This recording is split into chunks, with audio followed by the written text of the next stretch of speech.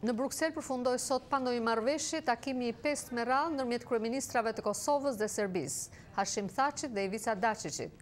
Shefja e politikës së jashtme të Bashkimit Evropian Catherine Ashton tha se të dy kryeministrat do të zhvillojnë këshillime shtesë në kryeqytetet e tyre për të vazhduar bisedimet në Bruksel më 4 mars. Nga Prishtina njofton korrespondenti ynë Besim Abazi.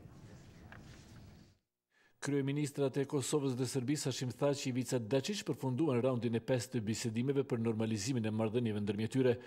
Ndërmjetësuesja e bisedimeve, shefja e politikës së jashtme të Bashkimit Evropian Catherine Ashton thanë në një deklaratë për opinion se të dy kryeministrat janë kthyer në kryeqytetet e tyre për këshillime dhe do të kthehen në Bruksel me 4 mars për diskutimet më tejshme. Kryeministrat janë të kënaqur me përparimin e dukshëm që kanë arritur, sikundër edhe unë thuhet në deklaratën e shkurtër të zonës Ashton, por ajo nuk ka dhënë më shumëllësi për çfarë përparimi bëhet fjalë.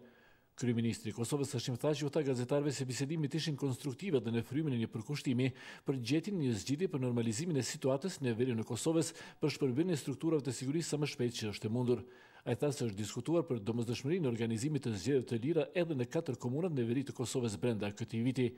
Për këtë arsye, tha ai, në ditët e ardhshme do të takohen grupet profesionale që të qartësojnë më mirë dhe në hollësi të gjitha këto çështje. Ai tha se strukturat e sigurisë së Serbisë duhet të shpërblen sa më shpejt që është e mundur, ndërsa do të gjenden mundësi të tjera sa i përket sistemit të edukimit, shëndetësisë, shërbësve civil, që ato të përshtaten apo të transformohen. Takimi që përfundoi sot paziti ishte më i gjatë dhe më i vështirë deri tash pikërisht për shkak të temave të shtruara për diskutim.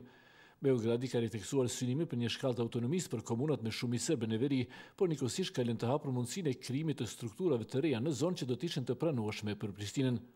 Përfaqësuesit e serbëve në veri thonë ndërkaq se nuk do të lejojnë shuarin e institucioneve serbe atje dhe kanë përsëritur kërkesën për anullimin e marrëveshjeve të arritura në bisedimet Kosovë-Serbi, përderisa të mos flitet për çështjen e statusit të Kosovës që sipas tyre mbetet ende i pazgjitur.